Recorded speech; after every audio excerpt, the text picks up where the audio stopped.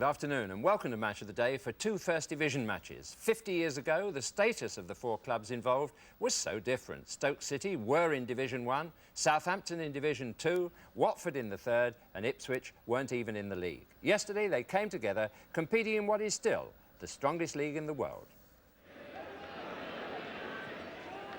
Bolton. Forward for Callahan. Round Holmes. Callahan's cross, Blissett, good save by Shilton. Very up in the box, flick on by Callahan, off the crossbar. Today's headlines caused severe damage to the image of the game. Hooliganism in the shape of acts of violence and destruction left the baseball ground derby looking like a battlefield following the game against Leeds United. Well, I saw sights that I've never seen quite ever in a football ground. Seats ripped out, as we can see here, just ripped out physically, metal, wood, and thrown down from a height of 30, 40 feet. More of that story and the up-to-date reaction later on.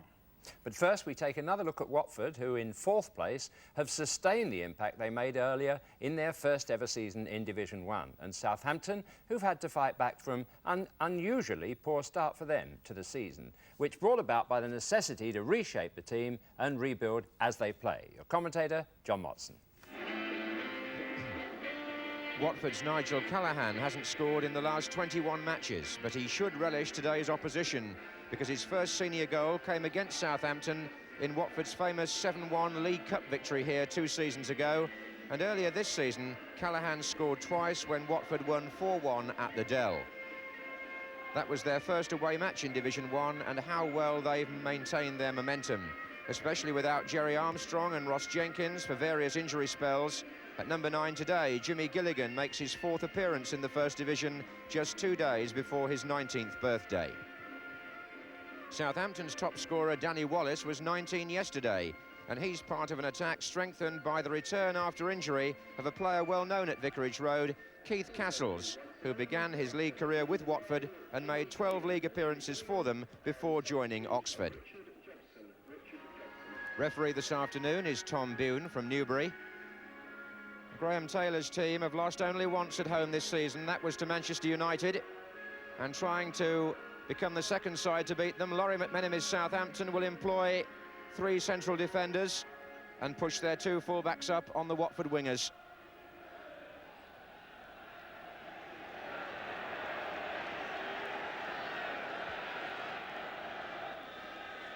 Southampton playing in the red and white shirts and black shorts from right to left.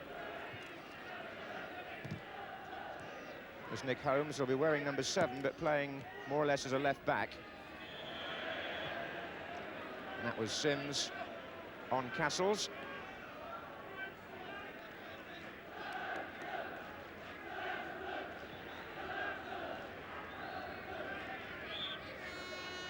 Cool, dry afternoon as Holmes prepares to take the free kick, and Chris Nicholl has made his way forward on the far side of the penalty area. He's coming in now, but Sims was there first. Here's Blissett. Jacket. Mark Wright.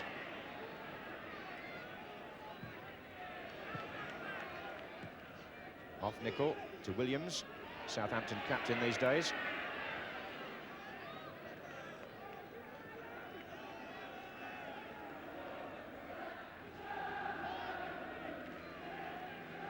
Steve Moran, but it was Gilligan that got his foot in.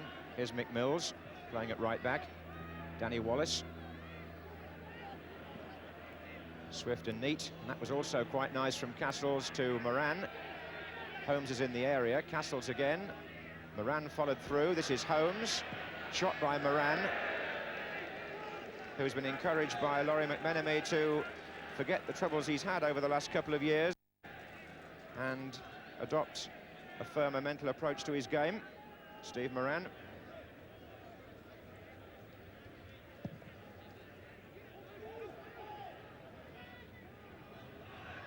Callahan playing on the left early on with Barnes on the right, in an attempt perhaps to just confuse Southampton slightly. Here's Callahan again. Away by Wright. Here's Rostron. Callahan.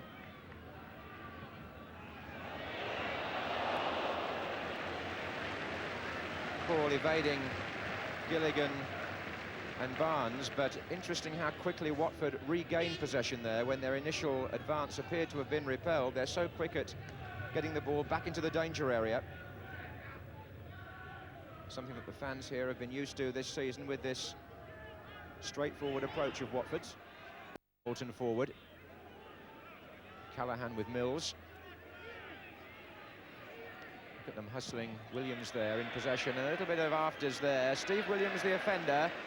Southampton are angry about the initial challenge, which he says was on him by Callahan, but Callahan was the player that went down when the referee looked round, and Steve Williams is being spoken to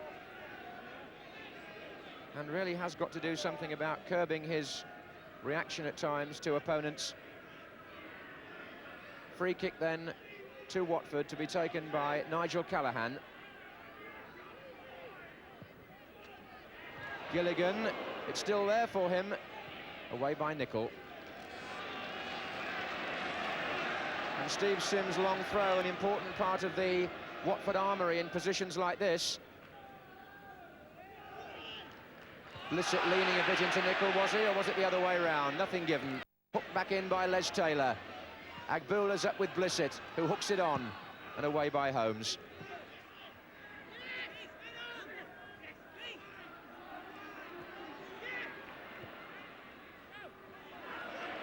Rostron. And there's Blissett. Oh, he turned away from Agbula. Rostron's in there, well saved.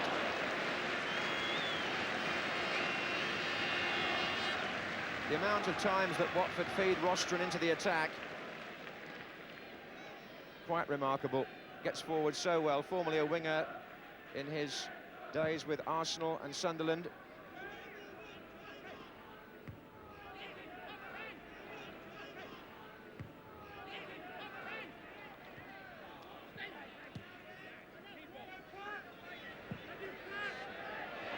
Foul by Wallace before he had the shot. Although, little tussle between Wallace and Pat Rice this afternoon. Could have a say in whether Southampton managed to do better at Vicarage Road than most of Watford's previous visitors. Jacket, cut out by Mills.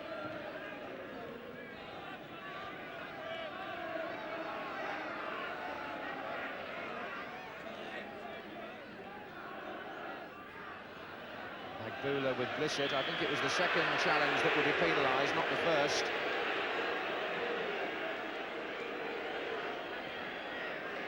Little kick on the ankle of Luther Blissett by Ruben Agbula after Blissett had resisted the first impact.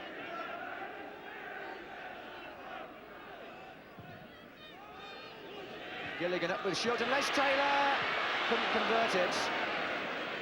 Shilton, I think, got kicked in the face, or certainly either there or on the hand.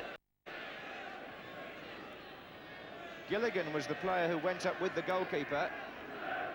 The impact into the face of Peter Shilton. The ball ran loose, and Les Taylor wasn't far off scoring.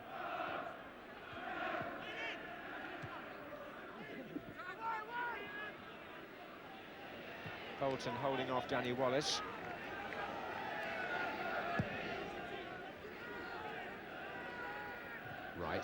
Wright and Nicol coping very well in the opening period here. Mills, the header from him, not quite so good, and it was on by Gilligan to Callahan. And the shot striking Holmes. Won back by Rostron for Watford.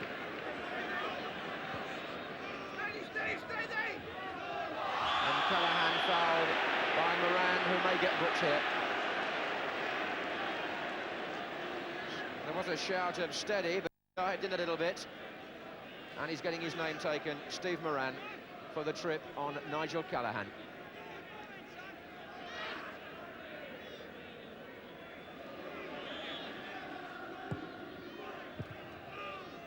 Brave by Chris Nicol. Oh, well played by John Barnes. Forced a corner from a very tight area there.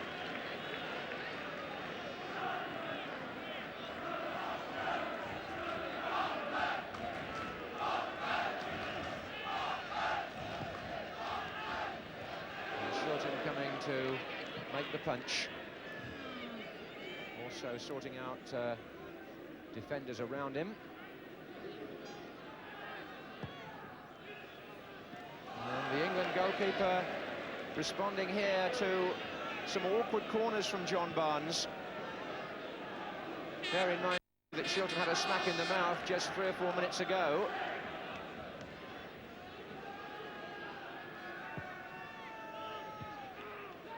Les Taylor back in. Sims climbing. And the clearance by Moran. And a corner again.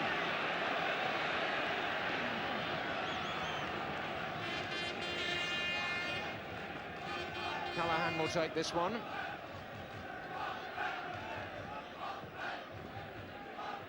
Gilligan's up, so is Blissett, and Shilton working wonders again in a crowded 6-yard area. I say working wonders because he's still suffering quite clearly from the bang he received from Jimmy Gilligan's challenge earlier. And he had to handle 3 corners there that were curled into the 6-yard box, which Watford predictably packed. Blissett. Jacket, up and under, off the head of Holmes.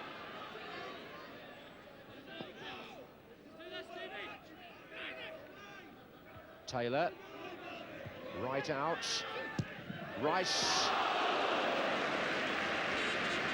Shilton getting everything behind it. Oh, there's plenty of power in the shot from Pat Rice. The Southampton manager pauses perhaps to sign an autograph after admiring a very good save from his England goalkeeper.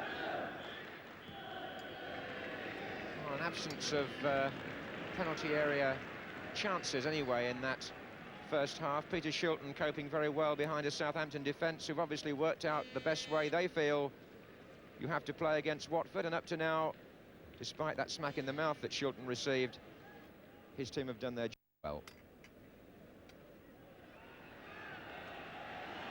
Chris Nichols wearing a headband to protect a cut he received against Coventry, had 5 stitches. With the season past the halfway mark, Watford beginning to play teams for the 2nd time, and that might prove an interesting comparison to see whether opponents have learnt anything from their first meeting against the surprise team in Division 1 this season. Southampton, bear in mind, let in 11 goals on their 2 previous encounters against Watford. They've kept them out so far this afternoon. Jacket.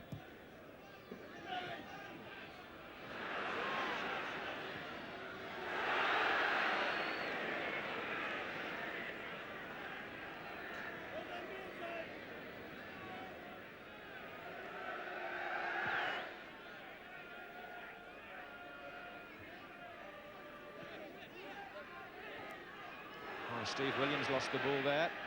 Half won back by Nicol, and he'll get it now. Came off Rostron to Castles. That's a poor pass straight to Armstrong. Holmes. Southampton with 4 players forward in this attack, and Armstrong's ghosting through and brings the save from Steve Sherwood. Armstrong drifting goal side of Les Taylor, getting on the end of the through ball, and Sherwood down to his right. A warning for Watford there.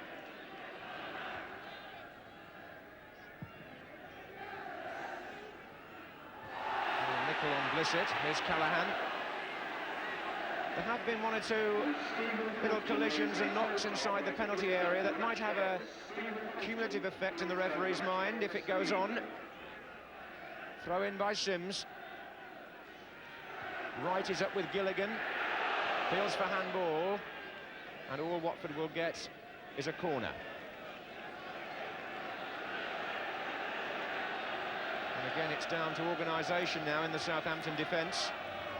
They know what to expect. Sims and Gilligan on the near post. Barnes to curl one. And Shilton coming to meet Gilligan. Quite a close examination of the England goalkeeper in his own 6-yard area from these Watford corners. And he's passed it with top marks so far. Oh, and away by Castles from almost on the line. Mistake by Agbula, a shot by Blissett, ricochet off Rostron, and Castles again. Not quite the role he had in mind coming back to Vicarage Road, Keith Castles, but he's back there in his own 18-yard area. And he's made 2 very timely interventions. But will he have to make a third, because Steve Sims will take the throw.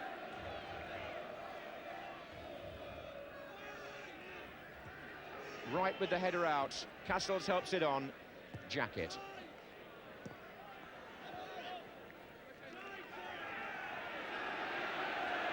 Well, it's the usual build-up of Watford attacking here, which has worn many teams down this season. Will Southampton crack, or will they hold out as Bolton comes forward? Shilton getting right behind that. Ian Bolton still looking for his first goal in Division 1.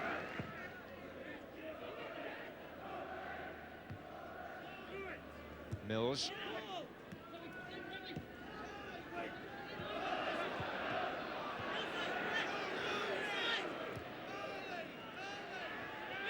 Watford pushing up and making the Southampton defenders hurry into a poor clearance, which ultimately came from Ruben Agbula after Nicol and then Mills had found it was impossible to go the way they wanted.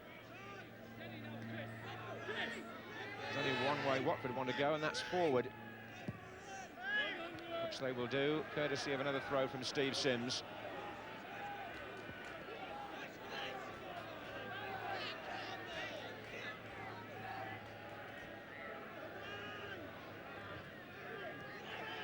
Les Taylor, it came off right, and Holmes away from Callahan.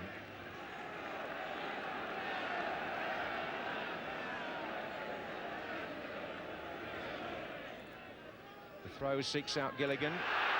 Wright leaning on him a bit, perhaps. Callahan against McMills, and a corner again.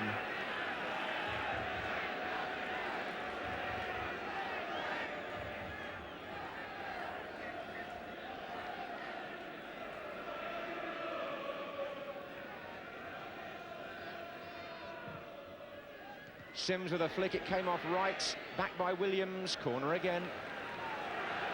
Watford now have forced 15 corners in the match.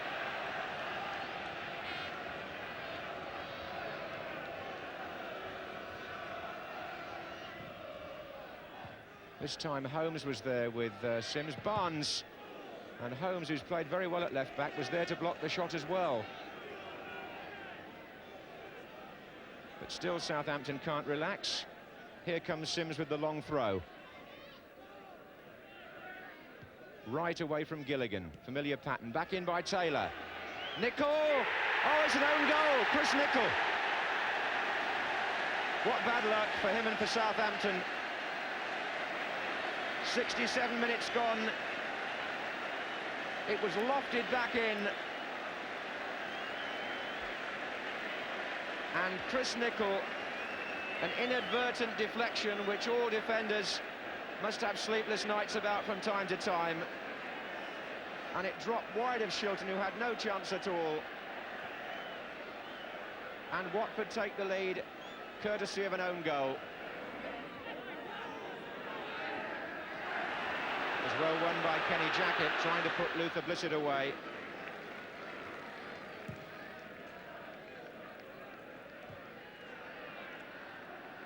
I don't want to be unkind to Chris Nicol, but he won't mind me reminding us that he once scored 2 own goals in the same match, but also scored 2 at the other end. Quite remarkable occurrence when he was responsible for all 4 goals in a 2-2 draw.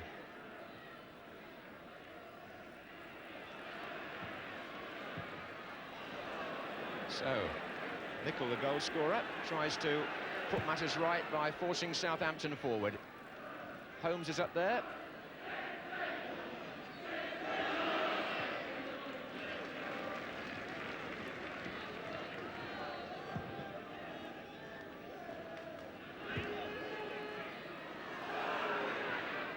Taylor, offside against Gilligan. Well, Southampton, who haven't won for 5 games, will be looking a little anxiously towards the bottom of the table if they lose here. And the manager will be hoping that his side can create something in the last 20 minutes to turn the match round.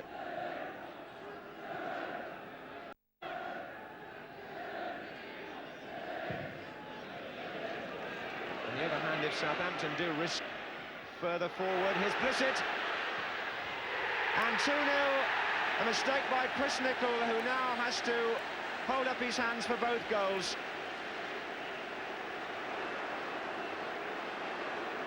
Just when Southampton looked like pushing players forward, trying to get the goal back, Chris Nicholl gave the ball away, and Luther Blissett was in.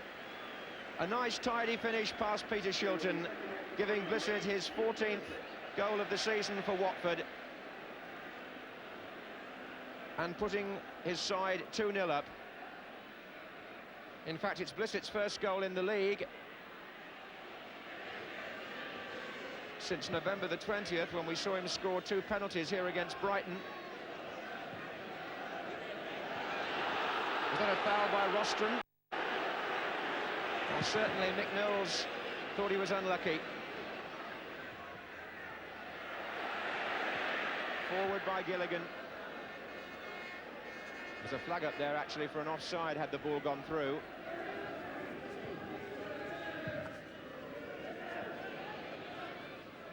Barnes, Williams away from him, and then tripped by Jacket.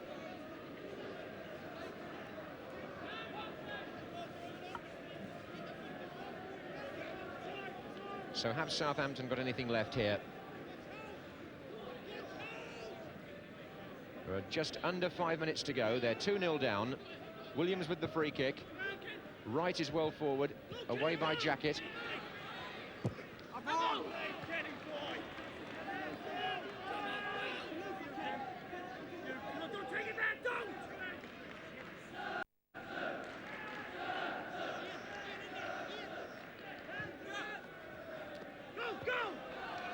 Barnes.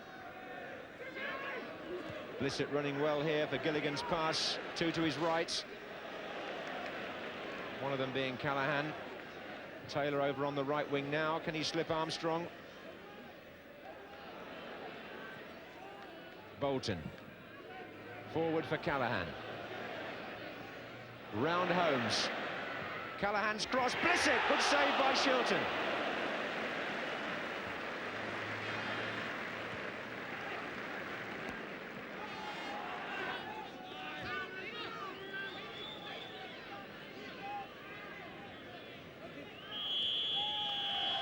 So Watford complete the first double of their very successful opening season in the First Division. Having won 4-1 at the Dell, they beat Southampton here 2-0. The 2 goals coming in a 6-minute spell, which Chris Nicholl, I suppose, would prefer to forget. The first was an own goal by him, and the second, he's being consoled there by the man who took advantage. A back pass intercepted and put away by Luther Blissett. Well, that win pushes Watford into 3rd place, which should keep them smiling. And whatever anyone says about their method, it's certainly based on attack, and as we shall see in a moment, involves as much skill as you'll see anywhere. Simply, they either play the ball forward, run forward, or take on opponents to get behind them. And that's what is done here initially from the throw-in by young John Barnes there. A negative position, but he's prepared not to play it back safely, but to try and turn, and gets away with it. And this ball parallel up to the line, a long searching ball forward, gives Gilligan the chance to play it first time. It arrives so beautifully for him. Blissett picks up the action now, decides it's time to get the ball to the other side of the field where the space is. Don't think he quite meant that. It just bounced a bit farther back than it should. But Callaghan picks it up now, plays it forward, and finds a searching ball down the line again. Jacket is tackled, and it looks as if Southampton have got away with it. But this is Watford's strength, to tackle back when they look as if they're losing possession. Rice there, up on a forward run, finds a moment to pass it back, but it's not another square ball, it's a forward ball again. A searching ball to Callaghan, who rejoins in the action on the wing. Now the temptation may be to lash it over, but no, he's looking to get behind the man and do something more positive. And as the action goes on, it's a little lob over Holmes' head and a perfect little invitation there for Luther Blissett to score, thwarted only by Shilton's marvellous anticipation. Watford at their very best, but Southampton, in a way, somewhat unlucky. I thought up till then we'd coped quite adequately with Watford's style of play, which is different to anybody else's in the First Division. Unusual for Chris to be the one that suffered, because that is his strength normally in the air. You would see the headband. It wasn't a cast off from Steve Foster to Brighton. It was needed because he's got 5 stitches in that forehead, and he's also, his nose, which is never the prettiest of sights, is broken at the minute. And the worst thing that's happened is that the doctors just told him he should have a little bit of an operation when we get home, and therefore he's got to have nothing to eat on the way home, and that's the greatest punishment Chris could ever have. It's been a bad day for him. He doesn't make mistakes very often, Chris Nicholl, and that mistake unfortunately cost us the game. Up till then, I'm not sure we could have won it, but a 0-0 here against Watford this season, and in our particular position, would have been a good result. Do you think what happened today, in a sense, sums up your whole season? Because the bad luck has seemed to have come at the time when you've least needed it. No, I think what's probably summed up the season so far is the fact that it's needed us to score a goal ourselves to give Watford the points. That's the progress we've made, really. It doesn't sound too Irish, that, John. I'm sure even with that hat on, that you might look Irish, but I'm sure you'll be able to follow me. You're standing there like a leprechaun. I think you're evading the issue a little bit. The point I'm trying to make is you've had a very up and down season. When you take into account all sorts of incidents that have happened, the departure of certain players, the Swedish thing, it hasn't gone the way you would have liked it to have gone, is what I'm saying. Well, what I'm trying to say is that we have got better as the season's gone on, and it's a sign of our progress that if we hadn't scored in our own net, we would have played quite well against Watford today, in my opinion. I'm not bothered about how anybody else would have played, Liverpool or Manchester United, but the team I had 4 months ago couldn't have even got to that stage where an own goal would have decided the game. We held our own today, we tried to take the game to them, and the same outfit 4 months ago was just 11 individuals. And now I think we're looking more like a team, and hopefully we continue to make a progress till the end of the season. I had total commitment today, but I just didn't have the luck, and Chris Nicholl makes one mistake like that every 10 years, so he's all right for the next decade, I think. Well, now for our second game between two of the many clubs bunched in the middle of the table. It's a position with which Stoke might not be satisfied, but probably reasonably contented, whereas Ipswich, in recent years, used to much better things, have been battling to maintain that inspiration. Your commentator is Barry Davies.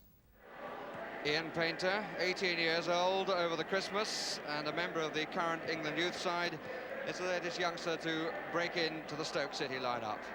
He plays his 8th consecutive game today in a team which sees George Berry back after suspension and Paul Maguire recalled. And it's a side which is a match for anybody on their home ground. But Ipswich Town, their opponents, have been beaten only 3 times away from home, a distinction which they share with Liverpool, and indeed, like Liverpool, have scored more goals away from home than they have conceded. It's a side which these days is captained by Paul Mariner, and there can't be too many teams at the top captained by a centre-forward.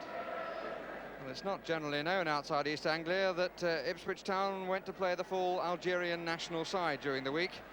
But if you wanted proof that they went there, you're looking at it. The referee is Trafford Mills of Barnsley, who's already proved this season that he's a man of courage, disallowing 2 Newcastle goals in a frenetic finish to the cup tie there against Brighton. So Stoke City looking for their first double of the season, having won the match at Portman Road in September by 3 goals to 2, albeit on an arguable penalty. And the linesman indicating the first free kick. The referee says play on. Mickey Thomas. Terry Butcher with him.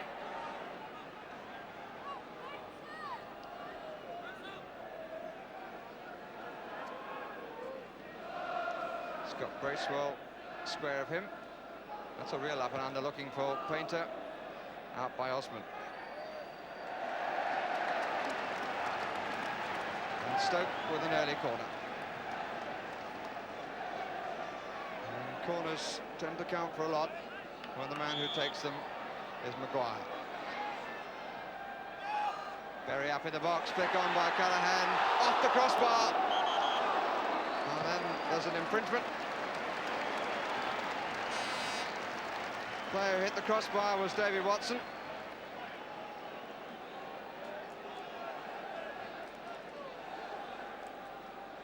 Watson, as usual, making his presence felt in the opposition 6-yard box.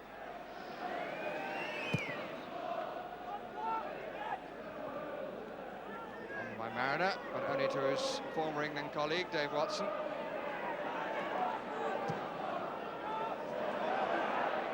Well watched by Gernon.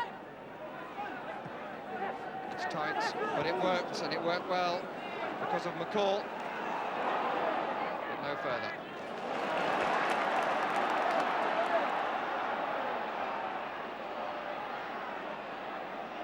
Maguire trying to tease Steggles.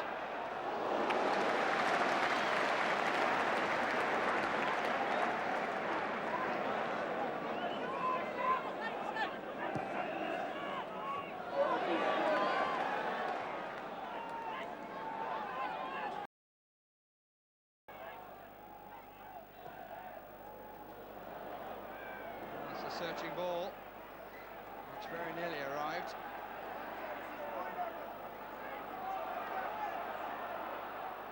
This is Hampton.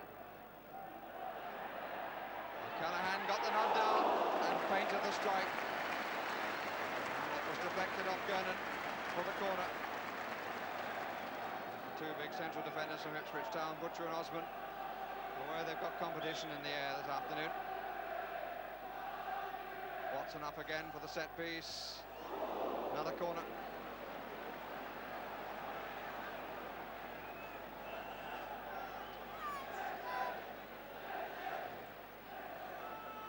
Osman doing all the instructing.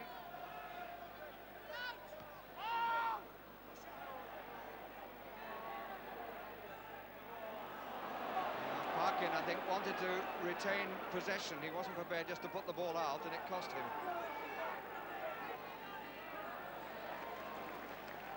Peter Hampton, who came all the way across the back. It's McCall. He's had to take over from Arnold Muren. Completely down by McElroy.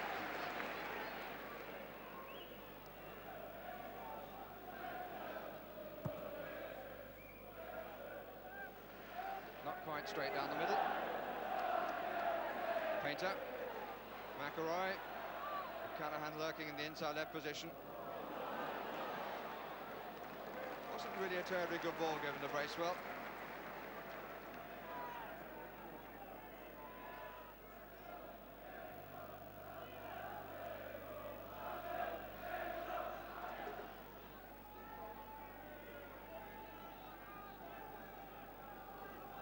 McCall. The game has become very much more even than it was at the start. Berry.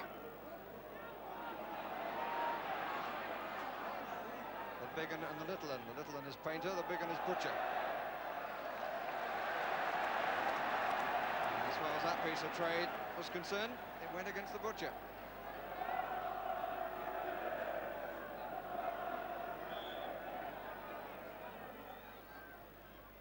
Again, he drops it in. Good save!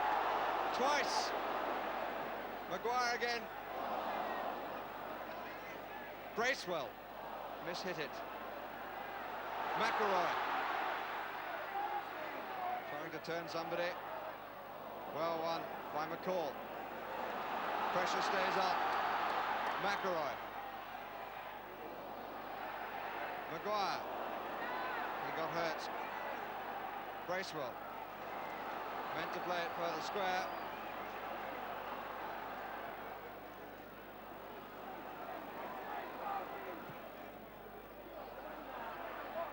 Butcher. Head was deliberately down to walk. And that calms things. Things which were all started by this man's ability to just drop the ball in on the near post from the corner. Really is an expert at playing the dead ball precisely where he wants it to go.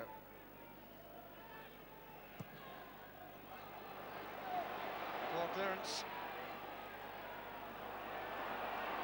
Maguire. He's going to have a crack. And it's a corner off Osman. Well, he's lost his collar, but he now has another opportunity to get Ipswich Town by the throat. Up comes Berry. Out by Walk.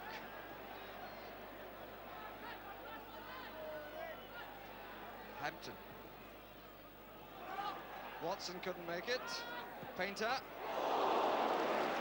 Well, all credit to him to try from that angle.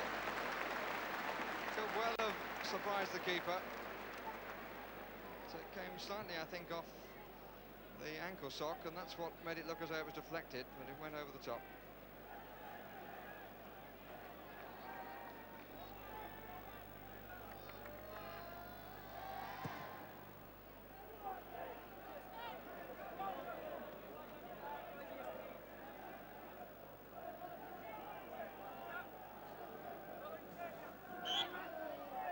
Good spot by the referee.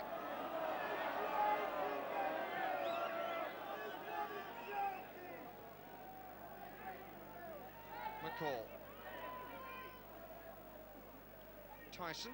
Seem to have seen too much of Franz Tyson. Gernon. Gates.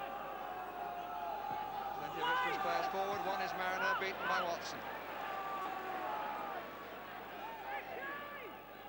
Brazil. Finally, Gernon takes the left side. McCall.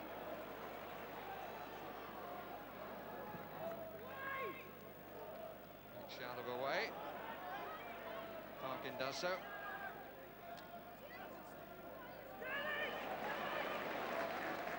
Got a shout coming from Peter Fox. This is good to see or to hear from a goalkeeper. Oh, well on. Over the right side. Good challenge by Osman.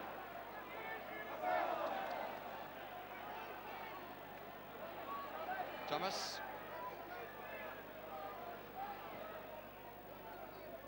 Painter.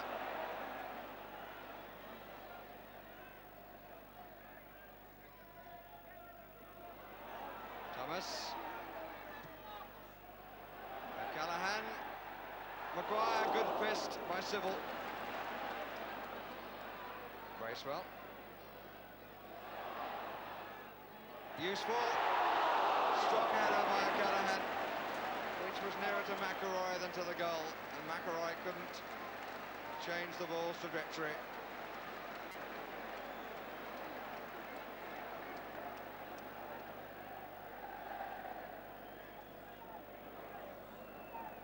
Butcher. Well, an interesting half in which Stoke City certainly have more of the possession. Young Ian Painter saw plenty of the ball and impressed and made up for the absence of the injured Mark Chamberlain. But the most interesting factor was surely the corners taken by Paul Maguire, the player on the right as we look.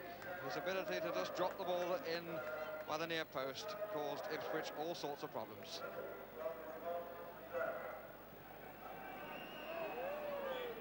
Ipswich began the afternoon in 9th place in the First Division. Stoke City in 14th, with a gap between the two just 3 points. Stoke would need to win by a 3-goal margin for the teams to change places. It's Paul Maguire.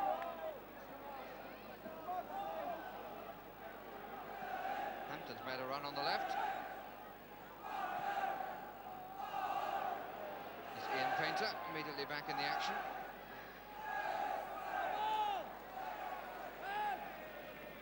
Gernon, who came right across. Painter having turned up on the left side. It's Peter Hampton.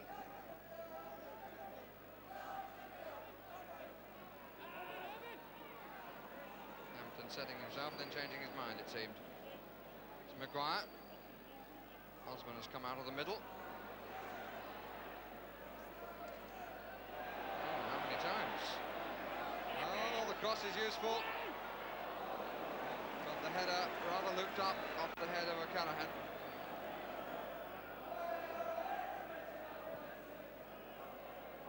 Berry. Bracewell. Stretched for it and won it well, and then gave it away. Gates.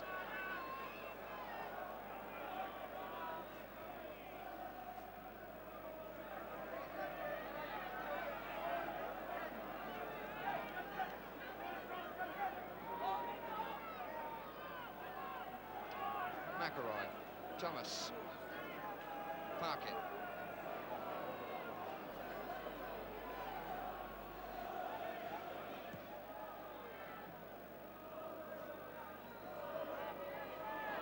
Not sure whether he meant that, but it worked for O'Callaghan.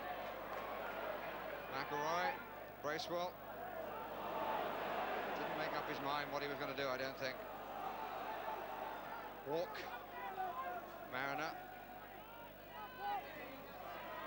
Hampton hounding. Butcher. That's useful. Mariner. And the first save that Fox has been called upon to make. From poor Mariner. Good switching move off to the right. But I don't think Mariner really got as much beef behind the shot as he would have hoped.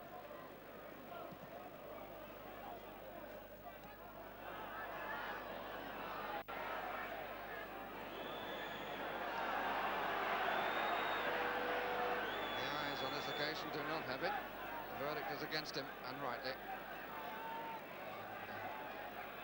McCall certainly in sympathy with the referee's decision.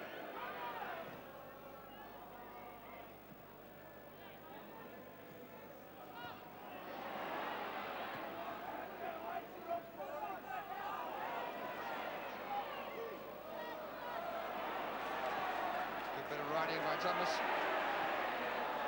That's nice. Bracewell. Parkin. A bit quicker was the indication from Thomas. McElroy. Painter.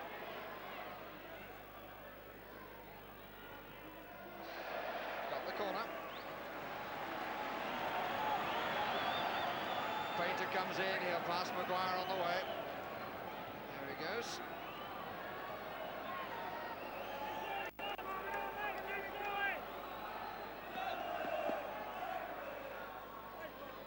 They couldn't find Maguire a new shirt at half-time.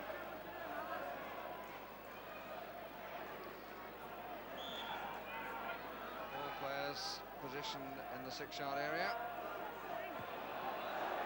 And even under no pressure, Mariner put it out, although there was nowhere else for him to put it, to be fair. But it dropped into a hole where there was no Stoke player.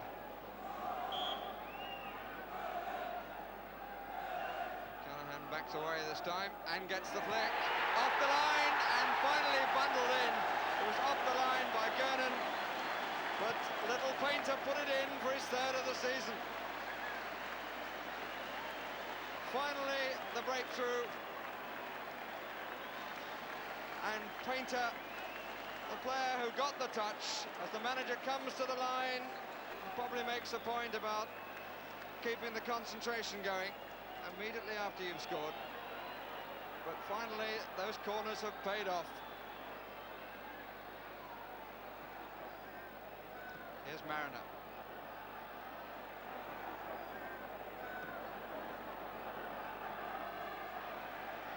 Really the creator from the set piece. And in fact, he has got a new shirt.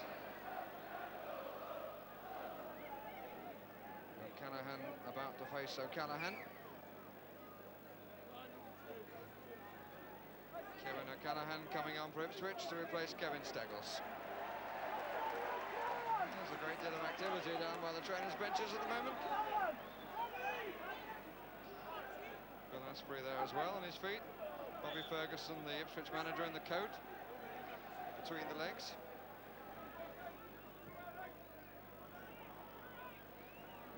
Maguire, a bit lucky with the bounce of the ball. They're giving it away too often, Stoke City. O'Callaghan, McCall.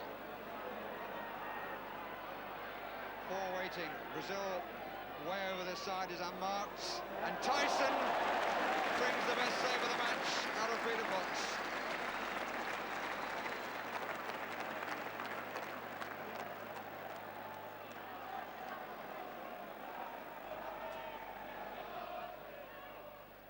Butcher is there, just away by Berry, and Butcher went for it with his foot, and then the free kick given. He waves Butcher away, the referee, indicating that he was aware surely that that was accidental.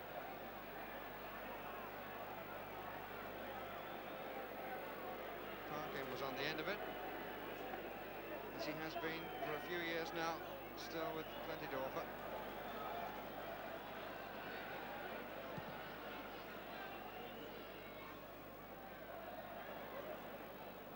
Osman.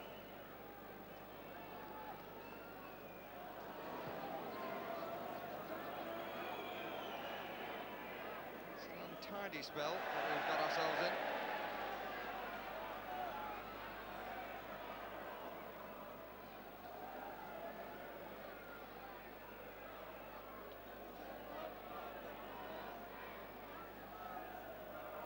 Painter, whose goal still divides the teams. He's got a free kick for being obstructed by Gernon. McElroy and Thomas, three waiting in the middle.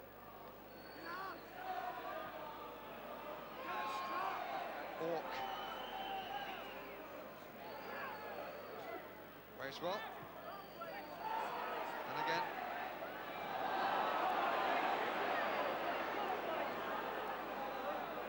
Mariner. Tyson. Mariner. Seriously, there's nobody left side and they wanted him twice. But he's allowed to go on when he shouldn't have been. Brazil.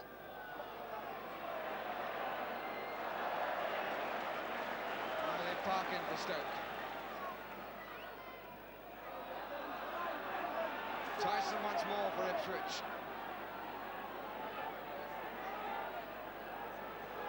Gernon. They've got a man over. But the shot was from Gates and it's well over. The man whose goal still divides the teams, Ian Painter, is to be replaced. Gets tremendous applause from the crowd. He's replaced by another youngster, Stephen Bold. McCall. We're now into the time that the referee has noted for a few stoppages. Play by Gernon. Brazil waiting on the left. The fullback didn't play anything. Looked a strong run, but it didn't produce anything. Is that a free kick? No, it's not. But McCall made up a lot of ground on Bold.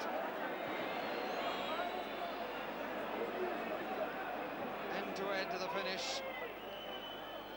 But it's not with the quality that we saw earlier. And as far as Stoke are concerned, they're only getting the breakaways. The pressure is coming from the visitors. Pressure to the end, but it's not enough. Victory for Stoke City by the only goal of the match, which at the time of the goal in the 59th minute by Ian Painter was deserved on the balance of play. But Ipswich certainly came back strongly from then. And Stoke only just got home. It was tight. And it was too. Only one tactic gave Stoke City the better number of goal chances, and that was the near-post corner.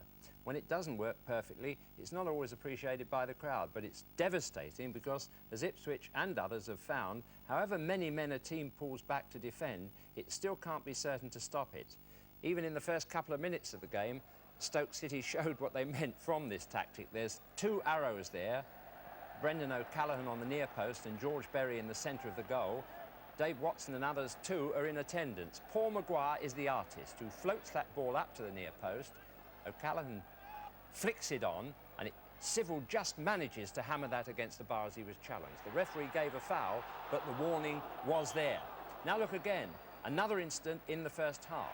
Exactly the same tactic, the same players arrowed on the near post and in the centre of the goal.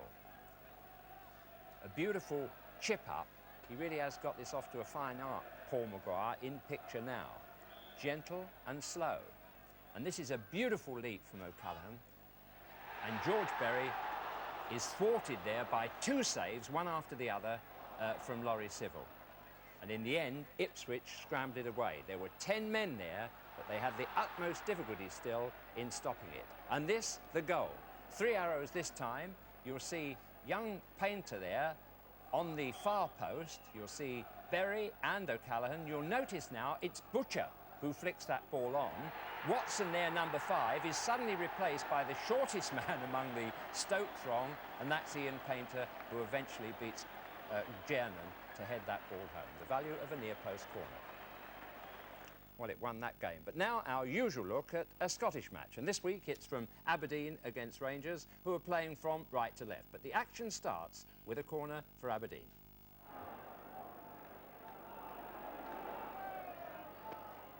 And it's a chance up the line.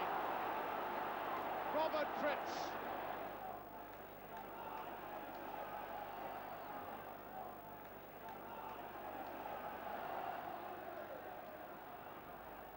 Peter Wynn again. Derek Johnson back. Kennedy. Snow side. Rugby goes in. He's done it.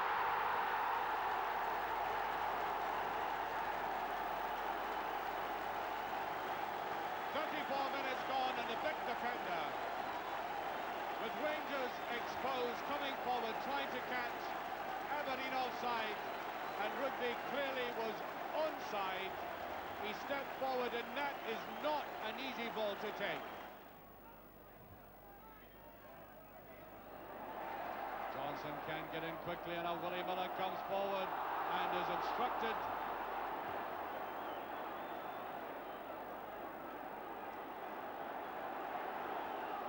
Just every now and again, players begin to talk to themselves. Peter Weir. Oh, that's a good ball. It's the second goal. Mark McGee. 2-0 for Aberdeen. Sweetly delivered. And a killing finishing touch.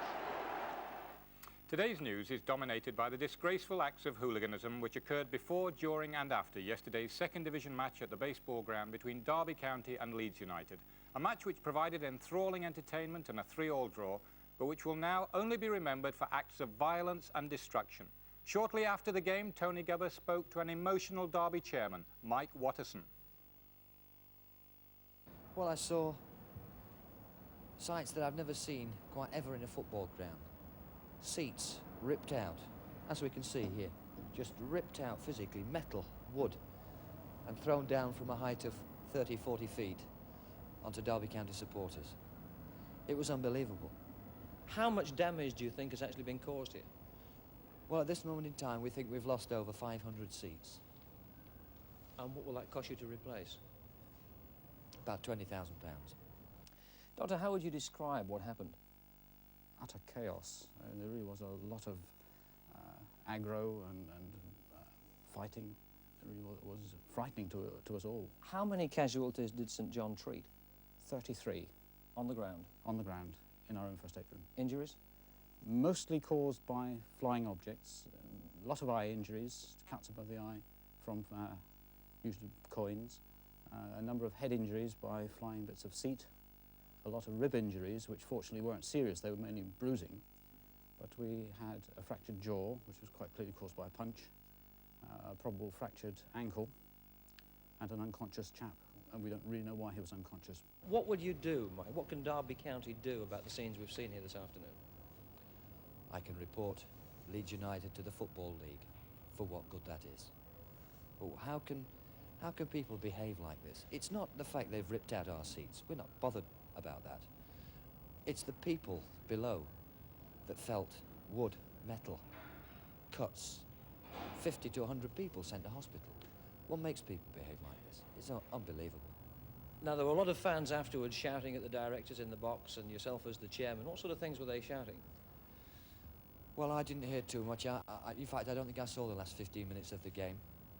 All I could focus my eyes on was what was happening here and in the lay stand over there. It was quite unbelievable. I hope I never see it in a football ground again. It's the people, women and children. It's dreadful. Leeds chairman Manny Cousins has laid part of the blame for the trouble at Derby's door, claiming that the two sets of supporters were not properly segregated. Mr Cousins also states Mike Watterson should bear in mind that about half those arrested were from Derby. In fact, there were 47 arrests in all, 18 of them bearing Derby colours, 29 from Leeds. FA chairman Bert Millerchip shows his concern by saying the last punishment handed out to Leeds for crowd trouble, that is the closing of terraces for 2 games, was designed to hurt the supporters, not the club. Now we may have to take more stringent measures. The frightening part is that it's Leeds fans yet again. Just to back that up, let me just remind you that yesterday's troubles were the 6th this season involving Leeds followers, and if the FA decide the ground should be closed, as it was 12 years ago for 4 games, it's very likely Leeds United will go out of existence, because their next balance sheet, due shortly, is already expected to reveal a £2 million debt. Well, next week, Leeds are away to Arsenal in the 4th round of the FA Cup, a worrying situation for Arsenal Secretary Ken Fryer, who told me, "We're very conscious of the current situation and every possible step will be taken to ensure the comfort of our supporters." Derby's 4th round opponents are Chelsea, whose fans were banned for a time from travelling to away games following trouble at the baseball ground 18 months ago. Several were also reported to have been arrested yesterday before and after the club's game at Wolves. But today, Chelsea chairman Ken Bates told us, "I do not anticipate any trouble at the cup tie, and I'd like to stress that this season, whilst the team has been watched by over 300,000 fans, arrests of Chelsea supporters have totalled just 129. All very sad, though. Aston Villa manager Tony Barton is hoping the Super Cup on Wednesday at Villa Park, they'll continue to show the open and attractive football which has given them a 1-0 lead and not resort to the tactics which he described as ex-certificate and adopted by Barcelona on their last visit to England when they kicked their way to a 1-1 draw at Spurs in the Winners' Cup semi-final. Transfer news, and David Mills is expected to join Sheffield Wednesday from West Bromwich Albion in the next 48 hours. Mills, remember, used to play under Wednesday manager Jack Charlton when he was at Middlesbrough, and he cost Albion over £500,000 4 seasons ago. One 4th division game today, York City 2, Scunthorpe 1. And finally, a nice little retort from Liverpool manager Bob Paisley to the bookies who are offering no more than 10-1 against Liverpool during the Grand Slam. Bob, who's 63 today, by the way, said, "People get sent to jail for less fraud than that."